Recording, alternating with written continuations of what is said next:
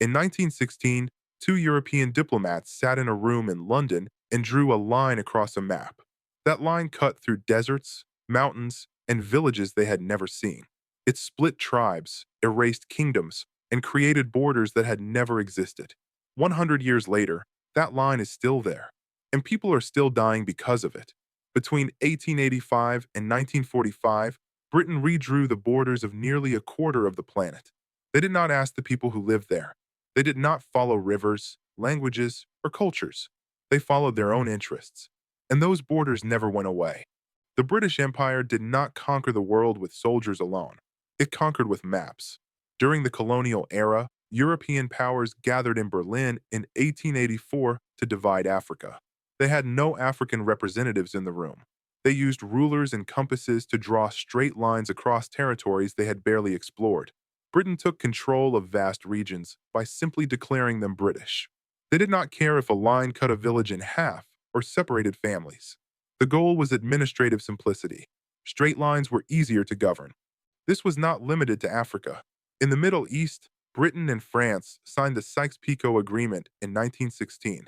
While World War I was still raging, they secretly planned how to split the Ottoman Empire after its defeat. Mark Sykes for Britain and François-Georges Picot for France drew borders that deliberately ignored ethnic and religious divisions.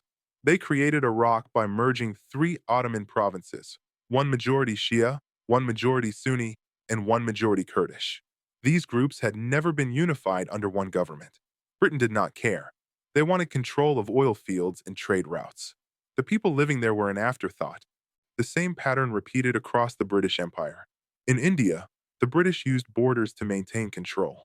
When independence came in 1947, they drew the partition line between India and Pakistan in just 5 weeks. The man responsible, Cyril Radcliffe, had never been to India before. He used outdated maps and census data. The line he drew split the Punjab and Bengal regions, dividing millions of Hindus, Muslims, and Sikhs. Within months, over 1 million people were dead. 15 million were displaced. The violence along that border continues today in Kashmir. In Africa, Britain carved up territories with no regard for existing kingdoms or ethnic boundaries.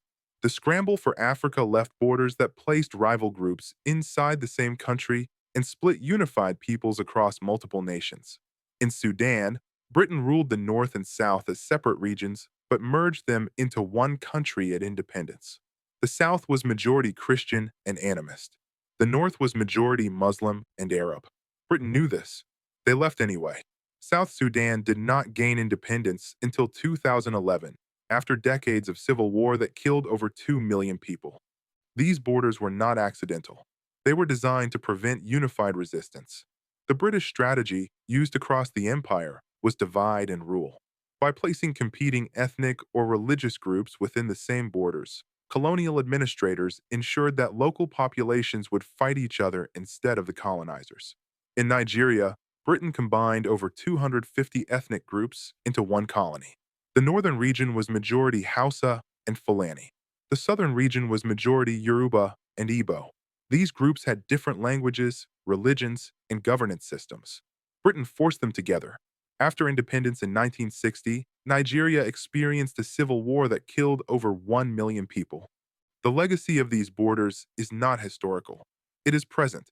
The Iran-Iraq War, the Sudanese civil wars, the Rwandan genocide, the conflicts in Kashmir, the instability in Syria and Iraq, all of these trace back to borders imposed by colonial powers. The Islamic State rose to power by explicitly rejecting the Sykes-Picot borders. Their propaganda videos showed fighters bulldozing the border between Iraq and Syria, calling it the end of a century of humiliation. Whether or not their ideology had merit, their grievance was real. The borders were artificial. Modern governments inherited these borders and had no choice but to enforce them. International law recognizes colonial borders as legitimate.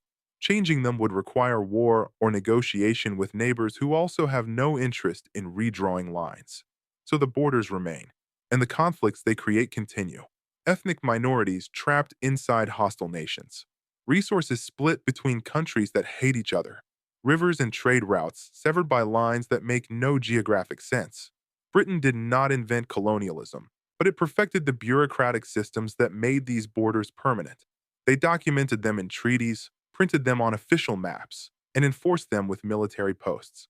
When independence came, the new governments inherited not just the borders, but the entire administrative structure built around them. Changing a border meant dismantling everything, so they kept them.